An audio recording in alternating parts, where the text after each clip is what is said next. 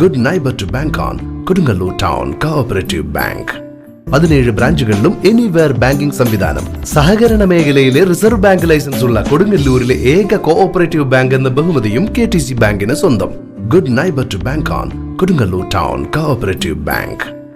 കൊടുങ്ങല്ലൂർ നഗരസഭയും കുടുംബശ്രീയും ചേർന്ന് വിജ്ഞാന കേരളം പദ്ധതിയുടെ ഭാഗമായി പ്രാദേശിക തൊഴിൽ മേള ദീപ്തം സംഘടിപ്പിച്ചു. കേകട്ടിയം ഗവൺമെന്റ് ഗേൾസ് സ്കൂളിൽ നടന്ന തൊഴിൽ മേള നഗരസഭാ ക്ഷേമകാര്യ standing committee chairman KS Kaisab ഉദ്ഘാടനം ചെയ്തു. അവരുമായി ബന്ധപ്പെട്ട് നിങ്ങൾക്ക് സ്ഥാപനത്തിലേക്ക് തൊഴിലെടുക്കാൻ ആവശ്യമായ ഉദ്യോഗാർത്ഥികൾ ഞങ്ങളുടെ കയ്യിലുണ്ട്. നഗരസഭാ പ്രദേശത്ത് അഭ്യസ്ത വിദ്യരായ ആളുകൾ ഞങ്ങളുടെ പ്രദേശത്തുണ്ട്. ഞങ്ങൾ നിങ്ങൾക്ക് തരാം. എല്ലാ സ്ഥാപനങ്ങളും 25ഓളം സ്ഥാപനങ്ങൾ നമ്മളിവിടെ രജിസ്റ്റർ ചെയ്തിട്ടുണ്ട്. 25ഓളം സ്ഥാപനങ്ങളിലേക്ക് ആളുകൾ വേണം എന്നാണ് ആവശ്യപ്പെട്ടത്. അതനുസരിച്ച് നമ്മുടെ 350ഓളം ആളുകൾ എന്നിവിടെ രജിസ്ട്രേഷൻ ചെയ്ത് കഴിഞ്ഞു. 350 ആള് ഞങ്ങൾക്ക് തൊഴിൽ വേണം എന്ന രൂപത്തിലേക്ക് മുന്നോട്ട് വന്നു.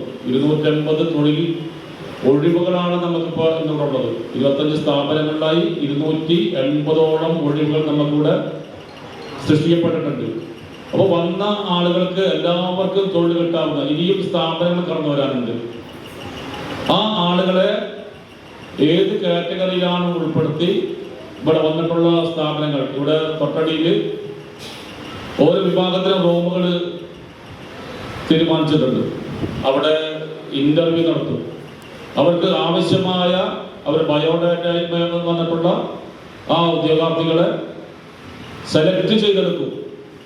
കഴിഞ്ഞ കാലങ്ങളിൽ ഏതെങ്കിലും കടയിൽ പോയി നിന്നാൽ കിട്ടുന്ന 5000 10,000 ഇല്ല ശമ്പളം. ഇന്ന് അതിനേക്കാളും മികച്ച രീതിയിൽ നമ്മുടെ നാടിന് നമ്മുടെ വീടിനടുത്ത് തന്നെ ഉള്ള ഒരു ജോലി ചെയ്യുമ്പോൾ നല്ല ശമ്പളം കിട്ടാവുന്ന രൂപത്തിലേക്ക് നമ്മൾ മാറുകയാണ്. ആരോഗ്യകാര്യ standing committee chairperson LC Paul അധ്യക്ഷത വഹിച്ച ചടങ്ങിൽ കൗൺസിലർമാരായ KR Jaithran, PN Vinayachandran, Chandran Kalarikkal, Beena Sivadasan, CDS ചെയർപേഴ്സൺമാരായ Sreedevi Thilakan, Shalini Devi, Najma NH, NULM city mission manager Sarika Ashok, Sheethal PB, Neelima Satheesh, Jini Jaison എന്നിവർ പങ്കെടുത്തു.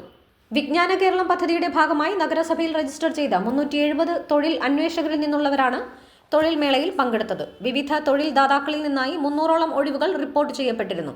പ്രമുഖ സ്ഥാപനങ്ങളായ Malabar gold, Kalyan jewellers, book of education, Punjab national bank, MetLife, winners, SBI life insurance, universal power system മുതലായ 25 സ്ഥാപനങ്ങൾ പങ്കെടുത്തു. പ്രാദേശികമായ തൊഴിലവസരങ്ങൾ കണ്ടെത്തി തൊഴിൽ അന്വേഷകരിലേക്ക് എത്തിച്ച് നാടിന്റെ വികസനം സാധ്യമാക്കുക എന്നതാണ് പദ്ധതിയിലൂടെ ലക്ഷ്യം വെക്കുന്നത്. കഴിഞ്ഞ 10 കൊല്ലം കൊണ്ട് ഗവൺമെന്റ് കൊടുത്തത് 2,72,000 പേർക്കാണ്. എന്ന് പറഞ്ഞാൽ ഈ LDF ഗവൺമെന്റ് വന്നത് 2015-ലാണ്. 15 മുതൽ 25 വരെയുള്ള ഈ കാലഘട്ടത്തിൽ 2.25 ലക്ഷത്തോളം ആളുകൾക്കാണ് PSC വഴി ജോലി കൊടുത്തത്. അപ്പൊ ഈ ഗവൺമെന്റ് അവസാനിക്കുന്ന മെയ് മാസം അതാകുമ്പോഴേക്കും ഒരു 3 ലക്ഷത്തോളം ആളുകളുണ്ട്. പുതിയ ആളുകൾക്ക് 3 ലക്ഷത്തോളം ആളുകൾക്ക് ജോലി കൊടുക്കും. പക്ഷെ ഇന്ത്യയിലെ തൊഴിലില്ലായ്മ ഇപ്പോൾ 7% അധികരിച്ചിരിക്കുകയാണ്. ഇപ്പൊ കേന്ദ്ര ഗവൺമെന്റിന്റെ UPSC അതുപോലെ പൊതുമേഖലാ സ്ഥാപനങ്ങൾ, റെയിൽവേ പോലുള്ള പൊതുമേഖലാ സ്ഥാപനങ്ങൾ, ഇന്ത്യയിലെ ഏറ്റവും വലിയൊരു പൊതുമേഖലാ സ്ഥാപനമാണ് റെയിൽവേ. അവിടെ 3 ലക്ഷം ഒഴിവുകൾ ഇപ്പോഴും കിടക്കുകയാണ്, നികത്താതെ കിടക്കുകയാണ്. 3 ലക്ഷം ഒഴിവുകൾ ഇന്ത്യൻ റെയിൽവേയിൽ മാത്രമാണ്. മറ്റ് പൊതുമേഖലാ സ്ഥാപനങ്ങൾ വേറെയുണ്ട്, മറ്റ് ബാങ്കുകൾ ഉൾപ്പെടെയുള്ള സ്ഥാപനങ്ങൾ വേറെയുണ്ട്. അപ്പോൾ ഇത്രയേറെ തൊഴിലില്ലായ്മ ഉണ്ടായിട്ടും ഇപ്പോഴും പല ഒഴിവുകളും കിടക്കുകയാണ്.